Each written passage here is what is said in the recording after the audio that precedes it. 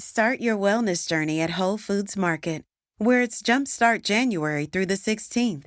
Stock up on supplements with some of the year's biggest savings. Plus, save on air-chilled organic boneless skinless chicken breasts, organic Honeycrisp apples, organic large Hass avocados, and more. And since Whole Foods Market is the only certified organic national grocer, it's easy to make them your wellness destination. Jumpstart your January now at Whole Foods Market.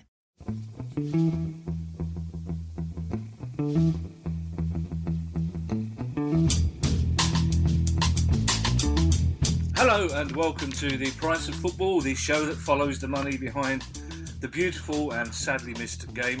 I'm Kevin Day, and he's leaning right towards the camera on his laptop. I've just got a really good view of the top of his head. As I said, that's the top of Kieran Maguire's head, which obviously you can't see at home unless you have very good imaginations. But hello, Kieran, how are you? I'm enjoying the sun, coping with isolation. Very fortunate having a dog. All the neighbours are now coming round to the house asking if they can take the dog for a walk because it makes them look less guilty when they're wandering the streets. Yeah, well, a friend of mine carries a full Tesco bag at all times. Brilliant. Which is a good trick. It's Monday, so it's questions day. The first question I have for you, Kieran, is a genuine one from a friend of mine who listens to the pod, but he doesn't want me to read his name out. But his question is, does your wife listen to this pod? Because he's worried that you're oversharing. No, she doesn't. She's got far more sense. Fine, okay. So the Thailand story, in particular, it was a Thailand story that he was worried about, to be perfectly honest with you, on top of the Russia story and the Trinidad story. But as long as the Baroness doesn't listen to it, that's fine. Now, it's a sign, Ken. I feel less like the co-host of a pod than an exam invigilator, because our listeners, God bless them, have got time on their hands. So some of the questions have stretched a little bit. I saw, yeah, amazing. Yes, I'm subbing. Oh, you do see the questions in advance? Yes. That answers another question. But I think people have got more time on their hand and they've got an attention span at the moment. So I'm happy to have left some of the longer questions in, and I think you can sort of give slightly longer answers if you want. Some of them don't require such, but some do. And we end with a very existential question, which is a very interesting one. But first of all, David Mann. Now, David's an Ipswich fan. Ipswich, for me, one of the best away days in the country until, and I can't believe I'm even saying this out loud, they shut the Drum and Monkey and made it into a car park. The Drum and Monkey was the best away pub in the country, and they've made it into a car park. You wouldn't make the cathedral. You wouldn't, if somebody knocked a cathedral down to make it into a car. Basically, the Drum and Monkey was a cathedral. They used to show DVDs of the away games. Oh wow! The away fans. So you go in there as a Palace fan. It'd be red and blue. The Palace DVD. It was a fantastic pub, and they've knocked it down. David Mann, you live in a town where they knocked down anyway. But David's question. David's had an argument with a mate, basically.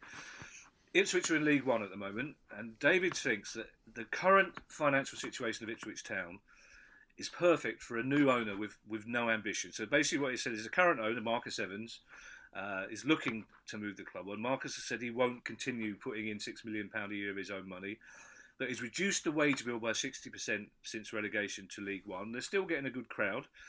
So David's argument is that this would attract a new owner that doesn't really want to invest, that could keep the club ticking over in League One, whereas his mate, his unnamed mate, which suggests to me that there's quite a few of his mates who don't agree with him, David's unnamed mate says, why would a new owner not want to be back in the Championship with the increased TV revenue, glamour, etc.? So it's a long question, but is there anything in that argument that perhaps a club would be more attractive to somebody who wants to sort of buy and own a club but doesn't really want to spend loads of money getting it any further up the table? Yes, there is. There's just the idea of owning a club because you want to be part of the community. You are a local fan and you've got limited funds, in which case, provided you can persuade the fan base to buy into that and say that our ambition and Ipswich's ambition should be to get out of League One, because if you take a look at the crowds they're getting, you've got clearly Sunderland are getting the biggest, and then it's Ipswich and Portsmouth. They're the two other significant clubs in terms of fan bases. So you'd expect them to be towards the top of the division. In respect of Ipswich's finances, they are quite unusual in the sense they spent the whole of the last decade in the Championship, and they did literally lose £6 million a year. And that's a hell of a lot of money. But what I found unusual is that as I went through every single club's wage bill for every single season earlier this morning, so I started at about 5 o'clock. Well, I was guaranteed in my head that sentence would end up earlier this week or earlier this month, not earlier this morning. Well, what is it? Was it that Cockerell? Was it next door's Cockerell woke you up again? Next door's Cockerell is a bit of a troublemaker, but I'd seen the questions from Guy, the producer. They say that next door about you, apparently. And Ipswich's wage bill went up by 10% over the course of the decade. Now, practically every other club's wage bill doubled. So what appeared to be the case was that at the start of about 2010, 2011, Ipswich were around about average, probably slightly above average in terms of the wage bill. And normally there's a link between wage bill and where you finish up in the table. And over the course of the decade, they slid down that table, so they were sort of effectively bottom 6. So for the course of the past sort of 3 or 4 years, they have been battling relegation. That the football, by all accounts, was pragmatic. I think that was the description, in terms of Mick McCarthy being the manager, and he fell out with the fans, and then when he left, they very quickly went downhill in terms of the table and were relegated. What can you achieve in League One? Well, even if you reduce the wage bill by 60%, it's still going to be one of the highest wage bills in that division. So you'd expect Ipswich to be either in a promotion place or a playoff place. The problem is there's a huge gap between League One and the Championship, and whoever takes over then has a decision to make once they get back up. Do they want to be sort of a quasi yo-yo club? If you look at Rotherham and Barnsley, and perhaps to a certain extent Millwall, they have been up and down, that they're not paying the crazy wages of the Championship, and then hope that you might get a couple of decent loan players, a couple of decent academy players come through, and then you pitch for promotion. It's a strange. I was thinking of the comparison between Ipswich, this question basically, and when Steve Parish and the others took over Palace in 2010 and admitted that they'd basically spent their money on buying the club. And the fans were happy with that because we had a club. But there's a world of difference between somebody bailing a club out, as they did, and buying a club that's doing all right, but admitting that they haven't got any ambition beyond having the club. I mean, the fans, that's a difficult sell to fans, isn't it? I mean, if David's, his point of view is that, they're a perfect club for a sort of starter level owner, but that is a big sell. It's to actually say that to fans, like, I'm buying this club, but I'm not really going to put that much money in it. I'll pay the wage bill. We'll see how it goes. It's not going to start off on a good foot, though, is it? It's not. I mean, sometimes the best thing that you can do is to not be the previous owner. If we take a look at what's happening at Newcastle, you're going to start with a lot of goodwill. Is exactly the same at Bolton, but that goodwill at Bolton has evaporated quite quickly. And if results don't improve, then the same could be true at Newcastle. In terms of Ipswich, whoever takes over, they are a Championship club. If you were to sort of to say where was your gut feeling for Ipswich, they've got a big ground. They've got a large local fan base in the sense that they are the only club in the local area. They've been well run historically. They've got they've got the glory years of the Bobby Robson years. They've got the history and the heritage. So they should be not in League One. Would be your gut feeling? Sometimes that history and heritage doesn't help. I mean, when they won the title with Alf Ramsey back in the 60s, and when Bobby Robson came along with those great European nights, I mean, they were anomalies, really. I mean, a club the size of Ipswich shouldn't have been winning the things that they did for 2 decades. So that kind of gives you an unrealistic view. It's a little bit like Forest in a way, and Derby as well. Clubs that have got Villa, even clubs with a really illustrious history that will never come back. I think Ipswich, they just had the longest consecutive run in the Championship. I mean, they're in the Championship for about 18 or 19 seasons. And as a fan, you can, and I know this from experience as well as you do, you kind of... The Championship is fine. You'll accept, you support a club of a certain size at a certain level. Once the novelty of being in League One wears off, I mean, that first season's great because you think, great, new away games, we'll definitely win this. Once you're there for 2 or 3 seasons, it becomes difficult. And that's a lengthy preamble to a question. You said on our last pod, when we were talking about Ole Gunnar Solskjaer, that it's going to be a buyer's market for players when this is all over. I presume it's going to be the same for clubs, is it? I mean, clubs presumably will be available at much better bargain prices than they would have been 2 months ago.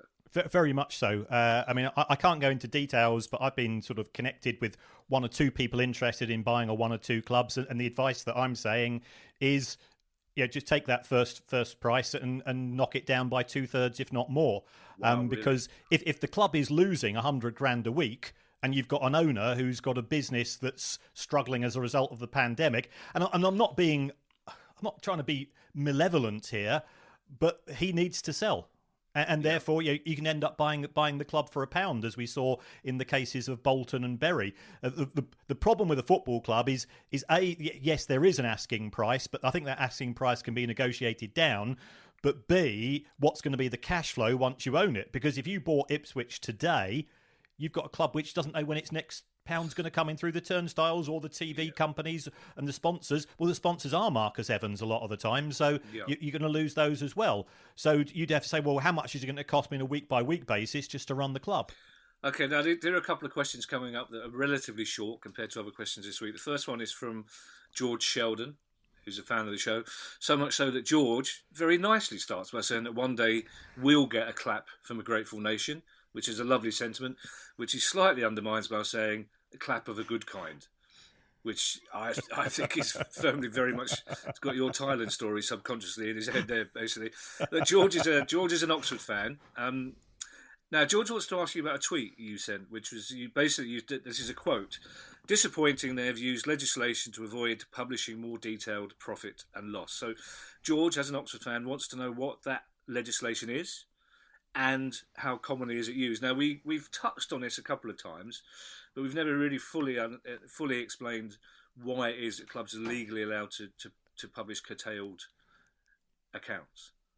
Right. Well, it's not just directed at football clubs. All companies in the UK, if they have 2 out of 3 of the following, if they've got, I think, turnovers less than 10.6 million, your balance sheet is less than 6.5, and you've got less than 50 employees. If you tick 2 out of those 3 boxes, then you don't have to publish your profit and loss account. So therefore, the fans don't don't find out how much money are we making, how much are we paying out in wages, how much are we paying in interest in loans, are we paying any tax? What's the proportion of wages as a proportion of turnover? So none of that data goes out to fans.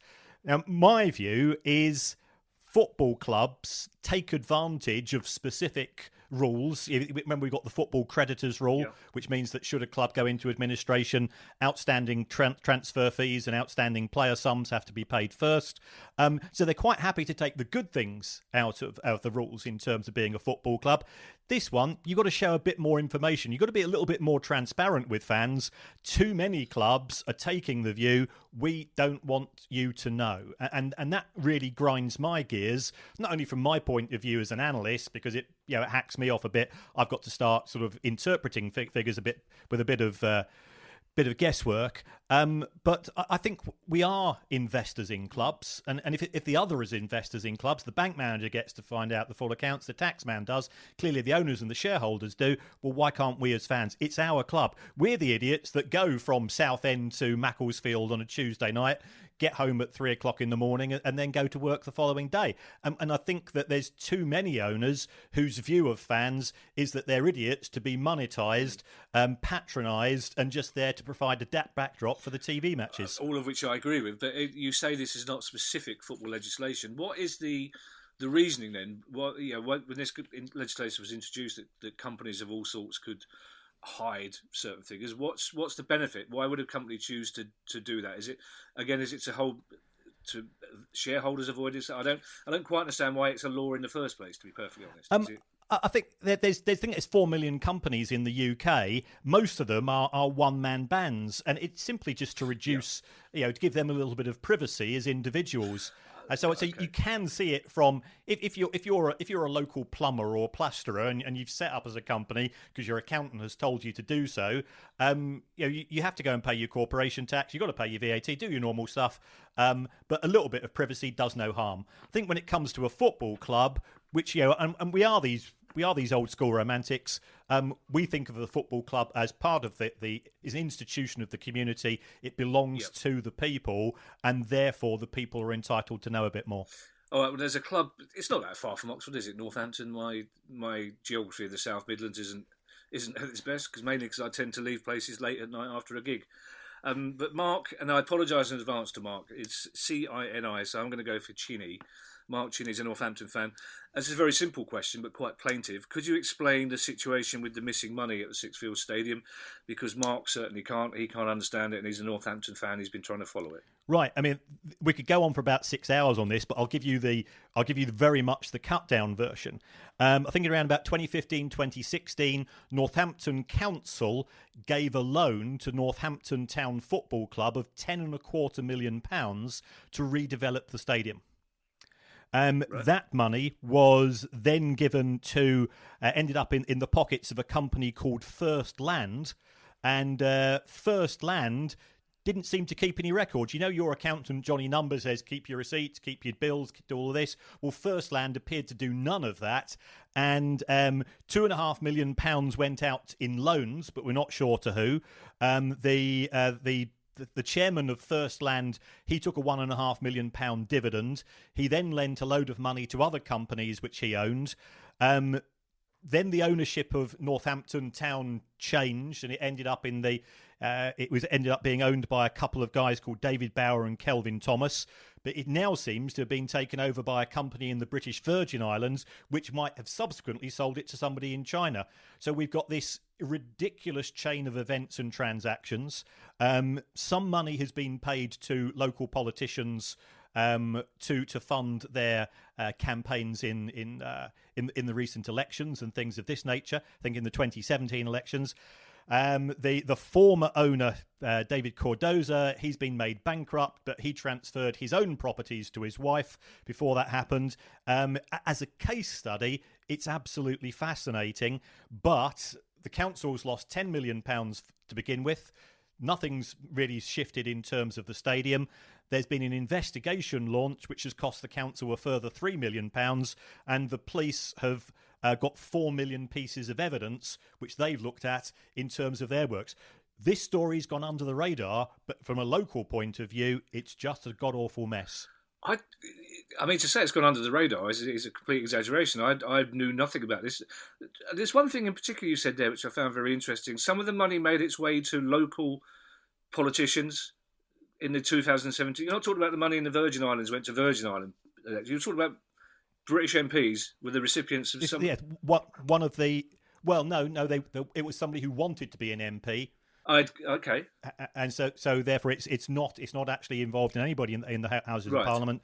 But all the same, it doesn't reflect well on the council, because they didn't do their due diligence when they lent the money in the first place. Yeah, they seem to be very, very lax. If you were lending somebody 10 million quid, you want to make exactly sure that there's bows and whistles and God knows what else to make sure that money does end up in the pockets of the right people.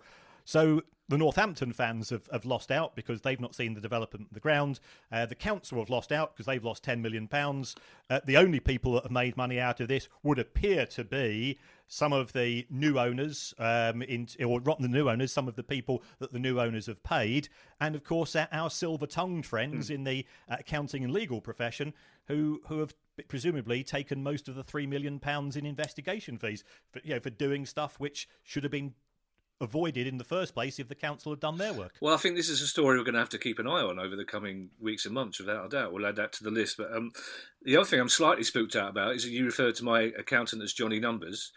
He actually goes by the name of Bobby Numbers. My accountant's Twitter handle is Bobby Numbers. God bless him. He's part of a very reputable showbiz accountant firm and has been for quite some time. He's still rused the day he took me on as a client, basically. We get on very well. He's an Arsenal fan, but our regular meetings are... Ali basically has to come to interpret. Anyway, our next question is from Kevin Hope, which I think in the circumstances is a great name, Kevin Hope. And also it's a really good question because I wasn't entirely sure. I had to do a little bit of research about this to find out that it still went on. In fact, before I ask the question, I'm going to give you a bit of context, because I was reading like in the 70s, big foreign clubs like Santos of Brazil would spend a lot of their year travelling around the world playing prestige friendlies. So, for example, they lost to Plymouth Argyle 3-2 in one particular game, and then were paid by their own admission £1,500 in cash after the game, and they had to pay more because Pele played and so on. They also played Fulham. And we know that in the 70s, teams like Argentina and Brazil would spend a lot of the time on tour. So this question from Kevin Hope, basically, he's asking about the cost of staging international friendlies. Do countries like Brazil and Argentina still charge home countries a fortune to travel for lucrative friendlies? And is that payment linked to how many stars play and for how long they would play? So would Lionel Messi, for example, play for Argentina in a friendly if the money was right? Well, the short answer is yes.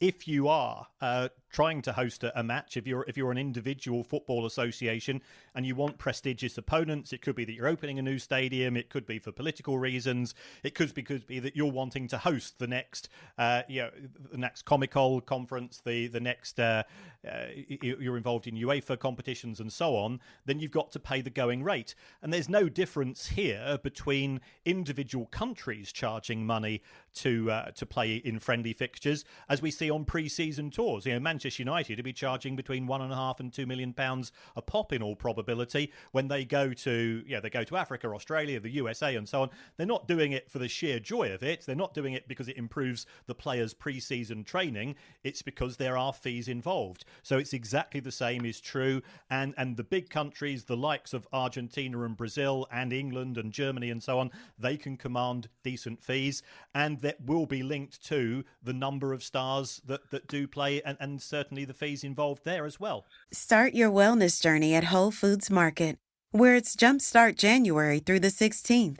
Stock up on supplements with some of the year's biggest savings. Plus, save on air-chilled organic boneless skinless chicken breasts, organic Honey Crisp apples, organic large Hass avocados, and more. And since Whole Foods Market is the only certified organic national grocer, it's easy to make them your wellness destination. Jumpstart your January now at Whole Foods Market. So, in my naivety, I didn't fully realise that. I always kind of assumed that money was involved, but that these tours were somewhere, sunshiny and somewhere with good training facilities. So presumably a club like Man United, for example, would be working 2 or 3 seasons ahead. So would Australia and China try and outbid each other for these tours, or Hong Kong? I mean, is there a bidding process? Do Man United say, look, in 4 seasons' time, we don't know where we're going, but if you want to suggest somewhere, we'll go where the money is? Yeah, Manchester United are probably the most successful commercial club on the planet, and they do have a long planning horizon. If Manchester United come to town, everybody wants a ticket, everybody wants to sponsor the match, everybody wants to get the perimeter advertising, and that comes at a cost. United know the value of their badge, they know the value of their brand, and they price it accordingly. And Manchester United can be criticised for some things, but as a business, they run on a pretty smart ship. Now, a couple of seasons ago, there was a spate of games, mainly in West London stadiums, especially around QPR and Fulham, of Ghana and Nigeria, for example, playing teams like Argentina. So who would have been paying for those? Because it always seems slightly strange, because it was always sold as an opportunity for Ghanaian and Nigerian football fans in London, of which there are many, to see their national team. But presumably somebody would have been making money out of that then. Yeah, there would have been a promoter. Okay. It's the equivalent of putting on a boxing bout. So what happens is the promoter goes to QPR, says 17th of June, is that free? I think I can get Ghana versus Argentina. They come to an agreement. Then they negotiate with the two nations, the football associations of the two nations, who will then put it. There will have been some form of end of season tour organised for the players, to which they will commit to pay 0 matches, 1 match, 2 matches, as part of their relationship with their football association, and that's how it operates. So the football association will make money out of it, the club will make money out of it, and ideally the promoter will make money out of it, provided he sells enough tickets. Okay, well, now Mark Ridley has asked the next question, and again, they're all good questions this week. All the questions we get from our listeners are good questions. We've never had to turn down a question yet for it not being a good question. And you wouldn't know, listening at home, if that was true or not, but it is true. Mark Ridley, now this is an interesting question, because again, this is something that's gone slightly under the radar when we were talking about TV rights, because this season Sky introduced a red button feature for midweek championship games. So basically, you can watch them all if you wanted to. Well, you could, unfortunately. Basically, Mark's question is, how much were clubs getting for that red button deal? And basically, was it worth it? And his other question, and I would have asked this question out just on its own, is you've been on telly so much recently. When is your cameo appearance in The Simpsons due? Well, I'll answer those in the correct order. The new TV deal that the EFL have negotiated with Sky is worth £119 million a year. It's £595 million over a 5-year period. And that's an increase of 35% on the previous deal. So in terms of the money, the clubs don't get matches for individual viewers watching them. The way that the money is split between the three divisions is that 80% of the EFL money goes automatically to the Championship. In terms of the impact on the games, there has been quite a bit of research done, and it does appear that the midweek games taking place in the Championship, those Tuesday night specials, which are great, by the way, that anybody that's ever supported a club in the Championship knows what it's like, both home and away, but we have seen a drop-off in attendances. It's around about 9%, so to a certain extent, you're robbing Peter to pay Paul, in that the clubs are getting more money from the TV deal, but they're getting less money in terms of punters turning up on a match day. Now, it could be that some of those punters are season ticket holders and who have thought, well, it's raining outside. One of the kids is ill. I was going to go to the match, but I can now watch it on the red buttons. In which case, there's no loss to the club. I think the potential losses are in terms of match day tickets, because if you go to Leeds away, it can cost you up to £45, and you think that on a Tuesday night when you can actually now watch your team on the red button and get up for not have to go and rely on 2 hours sleep before you go into work the following morning. There's a lot of appeal for things of that nature. No, I'm slightly confused by this. So for Leeds United, for example, 9% is a lot more than it would be for Barnsley. Yeah. So it strikes me that the bigger clubs will probably lose out here, won't they? Yeah, I think to be fair to Leeds, their support is so loyal that they've not really been impacted, especially with the quality of the football that have been playing.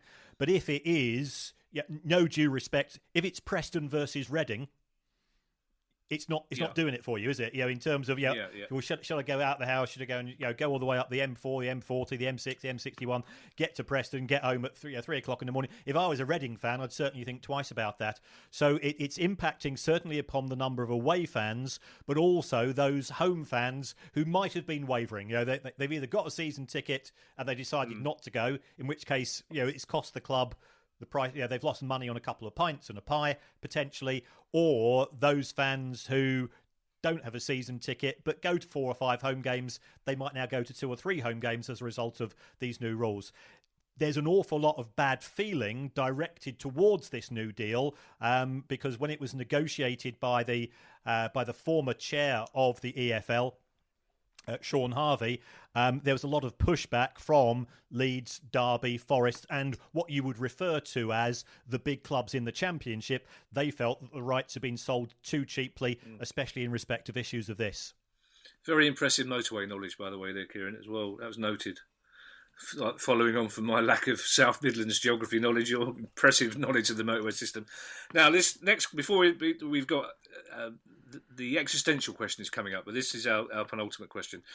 This is a question from Austin Farris. That's a good name, isn't it? That's a strong name, Austin Farris.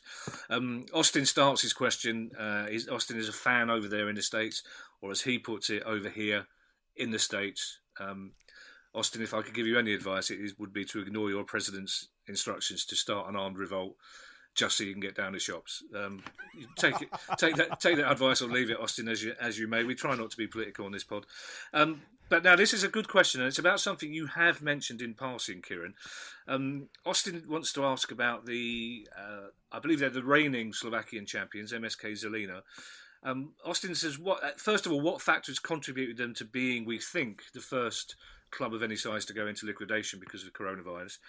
And secondly, and this is a really good question, we've spoken a lot about administration recently, but Austin wants to know what does liquidation look like, which I think is a very fair question. Is it just a question of terminating contracts, shutting the gates and saying goodbye, or can you come back from this in the same state as you were before, or will it necessarily be a different MSK Zilina that re-emerges? Well, to go through the time history, I took a look at this. When the coronavirus kicked in, the owners at MSK Zilina went to the players and said, we can't afford to pay you. Will you take an 80% pay cut? And the players said, no, we're prepared to negotiate, but we're not prepared. We can't afford ourselves. 80% when the money's not big to begin with in Slovakia. So as far as the players were concerned, they were going to negotiate with the owners. The next minute, the club's put into liquidation, but it appears that 17 players effectively have had their contracts terminated, and those are the 17 highest paid players, and the remaining players are effectively being kept on much lower wages. Whilst here in the UK, under liquidation, if the doors would be locked, everybody would lose their contracts and so on. I think company law in Slovakia is slightly different, and my knowledge of UK company law, as you know, I'm the same as you. I'm a pub lawyer. I'm not. When it comes to Slovakian pub lawyers, I think we're both scratching around a bit. But my understanding is that MSK Zilina have let their highest players go, and they're going to do somewhat the equivalent of what we saw that Bolton Wanderers did under administration. Effectively, they're going to try to play when football does resume with the kids and the apprentices and the reserve team to see how they get on, because this is a case of the owners want to make sure that the club continues in existence, and as far as football success is concerned, in the short term, it's a non-issue for them. So just in terms of British company law then, because I think there will be people worrying that this could happen to their clubs. Can you go straight from OK to liquidation without going through administration? So the owner of a club could decide to put the club into liquidation without going through a process first. You can go straight for the nuclear option. That's right. I mean, the reason why you'd perhaps try not to do it is that if an administrator comes in, the role of the administrator is to try to run the club. I mean, you experience this with Palace, and then find somebody to buy it. So that means that contracts are preserved, relationships with suppliers are preserved, and you get to keep on playing football. If you go into liquidation, that is the nuclear button. The gates are shut. Everybody's made redundant immediately. And the role of the liquidator is simply to sell the assets off one by one. Okay, that's interesting. This is the existential question. He wants us both to answer this, so I'll go first. This is from Tony Hay. There was a bit of preamble, which I've subbed down a bit, but Tony basically says, you both seem to have an extreme dislike for the way that, his quotes, big money is eating away at football as we old-timers, again, his quotes, as we old-timers once loved it, i.e. the 60s and 70s. Is there a part, Tony says, that secretly hopes the wheels will come off in this crisis and that we will have to return to a less venal game? Now, if you allow me, I'll answer this first. I think when we first started doing this pod, the day we first started doing this pod, when we spoke about Bury, which had just happened, I think the answer to Tony's question probably would have been a resounding yes. Obviously not in his... I would have... If you said, will you take a global pandemic in order to make football more sensible, the answer would have been no. But I would have said, yes, I think there has to be a recalculation of the way football finance is distributed. But what I've noticed, I've been researching, as you know, Kieran, I've been researching my own book on social history, which is just finished. And what I've discovered is that there's always been greed in football. Those 3:00 Saturday kickoffs that we love so much only happened because factory owners and mill owners were so furious that the government restricted them from making people work 7 days a week that when they were released from factories at 1:00 on Saturday, they decided that they still had to make money from them, and so got involved in making football professional.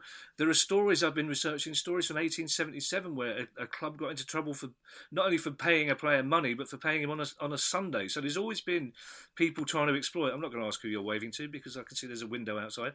There have always been people going back to the 1860s, 1870s who have tried to exploit football fans. But also I've found out as well that through being a trustee of the Palace for Life, the Palace Foundation, that football and some football clubs do use the excessive amounts of money they earn for very good purposes. There are community groups, there are individuals in communities that are being helped by the excessive fee. That's the first motorbike we've had in 3 weeks. It's the first time I haven't been able to hear bird song for a long time.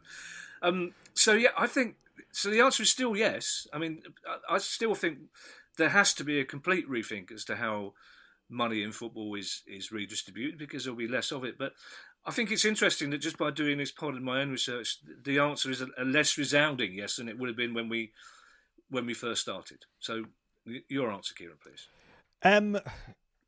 My answer is whatever business you're in, if there is money involved, there will be people that will attach themselves to that money.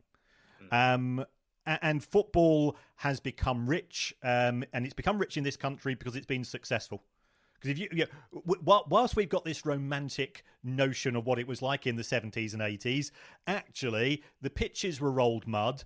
The toilets you would deliberately avoid going to them because they were vile. The food was disgusting. There was racism. There was rampant homophobia. If a woman went to a football match, she was looked at with suspicion. So there has been progress made, and part of the reason why progress has been made is a result of the gentrification of the game as a result of the money that's come in. Do I like to see the nature of some of the club owners that we have in football today who view the clubs purely as trophy assets, purely as something to show off to their friends, purely as a means of flipping to make money? No, I'm totally against that. But they are not the majority. They are the ones that just tend to get the most publicity. And as you rightly said, I work in Liverpool, and when I look at the work of Everton in the community scheme, some of the things which have been done by Liverpool, the way that clubs have made their facilities available to health services and so on. Yeah. Ultimately, a football club is not a living, breathing thing of its own nature. It comes down to people. And if you've got the right people at the right clubs, then keep it as it is. We've both been to the new Spurs stadium. It's fantastic. It's absolutely amazing. And I went to White Hart Lane. I think the first time was about 1977 for an away match when both us and Spurs were gunning for promotion that season. And frankly, it was a horrible, horrible experience. Because I was genuinely afraid for my life, as were half the kids that were there at that time. Yeah, so there are, I think, the positives we've forgotten about. It's some of the stories of money in the game are disgusting, but as you rightly said, all these things were happening a century ago. There's been bribery in football for many, many years, going back to the 20s and the 30s. If you've watched Peaky Blinders, you've what they've inferred that, and at least the game is clean in many ways, which other sports aren't, as a result of players being sufficiently wealthy to be able to not to be attracted to go down those particular routes. The nostalgia thing's interesting, and I will keep this short because this is meant to be our short Monday pod. For you and I and Tony Hay are obviously of an age. I was talking to the younger lads on the Palace podcast recently who get very nostalgic. And I said, the problem is that I'm old enough to remember the things you're nostalgic about. And you're not. As I remember, for me, it was the toilet in the away end at Fulham before Craven Cottage was when you could still... Everyone says, it's great in the away end at Fulham because you could see the river from the away end. You could still see it when you were having a pee in the toilet because there was no roof on it and the wall came up to about your chin. And it's I have no wish to go back to those days. Much as I love watching the big match revisited and hearing the voice of the Saint Brian Moore, I do have no wish to go back to these days. But I think it's interesting that's why I like this question so much, because I think as I say, the day before we started doing this pod together, I would have just said to him, yes, whatever it takes. And now I don't think that. But Tony, it's a good question. So please keep your questions coming. As you've heard, they don't have to be short and sweet. They can be lengthy, especially in this day and age. I can't wait for a time when my attention span can go back to how it used to be. And I just chose the short questions. But the Price of Football is a DAP-DIP production. And if you want to ask the questions, you can do so at questions@priceoffootball.com. I shall let you go, Kieran, because I see you're still waving at the person who's obviously very important outside. I'm guessing, just off the top of my head, I would guess a woman, basically, I would say. Or somebody bringing the dog back. I don't know, from your new lucrative enterprise of renting the dog out, which is, again, I like the fact you're always thinking of ways to make money. That's the accountant. Yeah, enterprising. Very good. All right, I'll see you on Thursday. We'll see you, won't we? Cheerio, gang. Look after yourselves. Care. See you, mate. Bye bye. The Price of Football.